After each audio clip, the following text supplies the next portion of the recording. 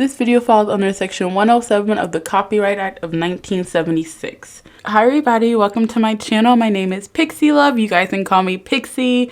And today we're doing some fat acceptance TikTok because it always does good. I love doing them. You guys like watching them, so let's just do this together. Before we jump in, I do want to say sorry about yesterday. I could not for the life of me record.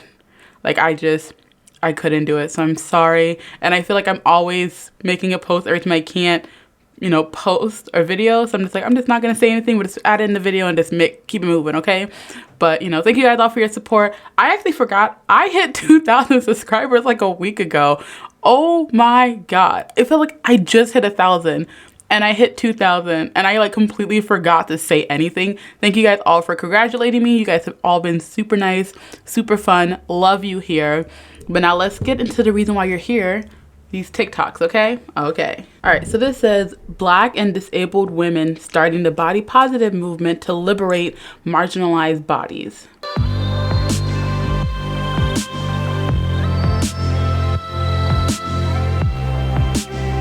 Me finding my people and realizing I deserve respect and am a powerful fat feminine. So I've talked about this on my channel before. Technically, the original body positive movement was actually started by 3 white men in the 70s or 60s or something like that.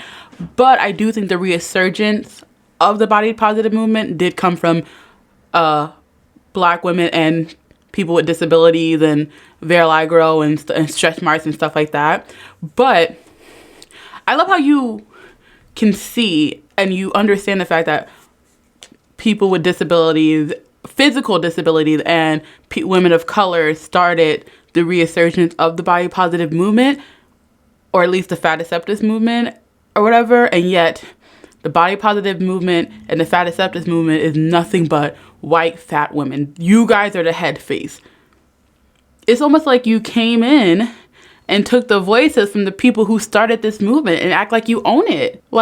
I'm just saying. Okay, so I think I got 3 videos from this girl and I don't know why. She just kept coming up, so we're using her a lot. I'm not singling her out. I didn't do this on purpose. It's just doing my research in all the videos. She just kept coming up, so she's what I'm working with. Starting a new series. It's called Rating the Diet Food I Was Forced to Have as a Kid. Disclaimer, sending no hate to people that still eat this shit. When I saw this was for breakfast, I said, thank you, I'd rather starve. Okay, Kix was another thing, okay? I loved Kix. My little sister really loved Kix though. That was her go-to cereal as a child. Kix are good. There's something that's good about nice, simple foods. Never saw this as a diet. I ate this when I was skinny. Didn't eat it when I was fat. I'm not a breakfast type of person anyway. I went to work at 5 o'clock in the morning and I did not eat until 12 o'clock. I just don't eat in the morning. My body just doesn't work that way. But when I was younger and I was a kid, I would eat some Kix all goddamn day. They were good. Real good. Dog kibble is more appealing to this shit, and it probably has way more flavor. 0 out of 10. Whoever made sandwich thins is going to hell. I used to make the most pathetic ass sandwich with these things. Sometimes I never had these. I don't even know what they are. I love flatbread because when I go to Subway, I used to get flatbread all the time. Love it. But I've never had these, so I can't rate this. I would make toast with this in the morning for breakfast. It would almost disintegrate in the toaster. She tasted like a Frisbee made out of sandpaper. -10 out of 10. 100 calorie packs. Specifically this brand. Bussin'. Yes, these are freaking good. So freaking good. I still look into getting these for my diet, so I have something to snack on. But these are good. These are freaking good. Yes, I love these. And also it made me feel like a regular kid because it had the name brand stuff on it. If I had to, I would eat them. Definitely a little dry, probably because there's no fucking fat in them. For what she was, I'd probably give her a 9 out of 10. Okay, that wasn't too bad. So I think she was rating a diet food she had to eat as a kid. So I'm assuming her parents tried to put her on a diet. And what I think about that, I don't think we should be putting children on diets, letting them you gotta lose weight or whatever. Most of the time, if a kid is overweight, it's probably because the parents are also overweight or they're at least overfeeding the kids. And the best way for the kids to lose weight is to 1, become active with the child, and 2, change your diet along with the child and just do it as a family and give the kids healthier, smaller portions of food without actually giving them diet foods. Because I think that can lead with an unhealthy relationship with food and dieting and stuff like that. Not a child psychologist or anything, I just have common sense. I just think that if fat people ate correctly and worked out, they would probably lose weight and be healthier. You're done. People are fat for lots of reasons, like disorders, diseases, genetics, etc. But also, they don't need to explain their health to exist. When it comes to diseases and disorders, that is still not an excuse to be overweight, especially, and like, these people act like someone is talking about someone who's like 20, 30 pounds overweight. A lot of people who have a problem with fat people typically have a problem with people who are obese and morbidly obese, people who are hundreds of pounds overweight. And you can use it as much as an excuse as you want, but I don't really think that there's diseases that can get you hundreds of pounds overweight on its own. I think your behavior obviously influence it to make it worse, but you're not going to gain 100 pounds because of a disease. Disorders are slightly different because binge eating disorder and stuff like that does contribute to gaining weight, and eating disorders as well. So those are a little different, but, and once again, genes, that's like a slight small percentage. Once again, you're not going to be hundreds of pounds overweight because of your genetics. Those are more behavior issues, not genetics. Okay? Okay. Glad we went over this. Welcome to a new series called Is It Fat Shaming or Is It Just a Bad Joke? Let's check the footage. Okay, so that's the joke. I didn't think that was very funny. Like, I watched like 10 seconds into what she says, and I feel like she's gonna go so deep and she's projecting so much. Okay? So much. I'm gonna say it. I'm not even gonna let you think for yourself. This girl is projecting, okay? But let's hear what she has to say. Come on, we'll let her go. So if this is a joke, could someone please explain to me the punchline? Because in my brain, it almost feels like the statue didn't like the weight that it was holding and therefore it decided to dump her.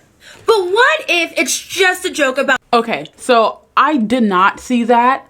But then again, I don't equate everything to weight. Like, I see things a lot different. Like, I can go to a store and see a security guard following me, and I just assume they're following me because of the color of my skin. But that might not be the case. Maybe somebody somehow looks sketchy or something.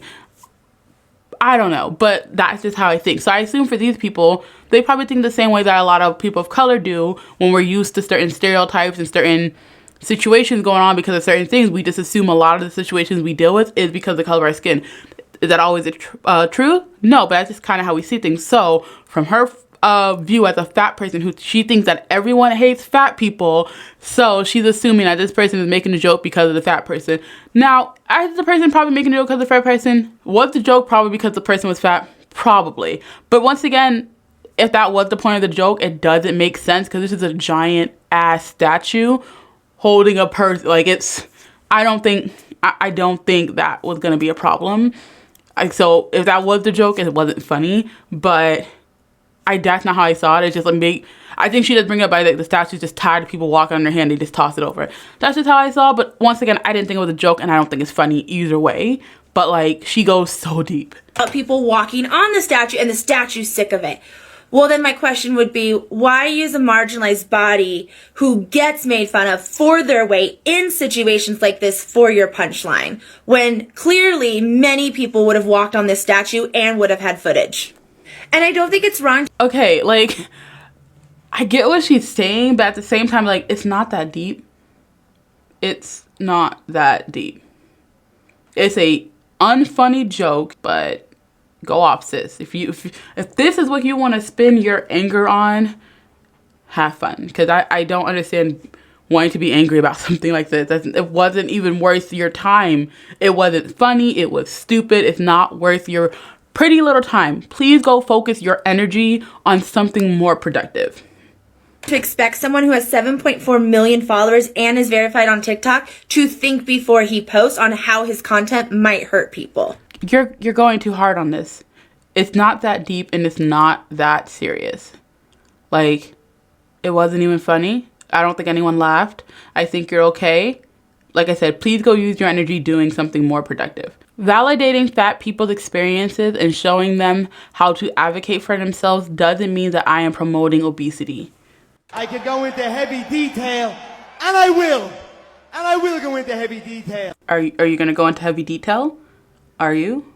Okay. First of all, the face is fucking creepy.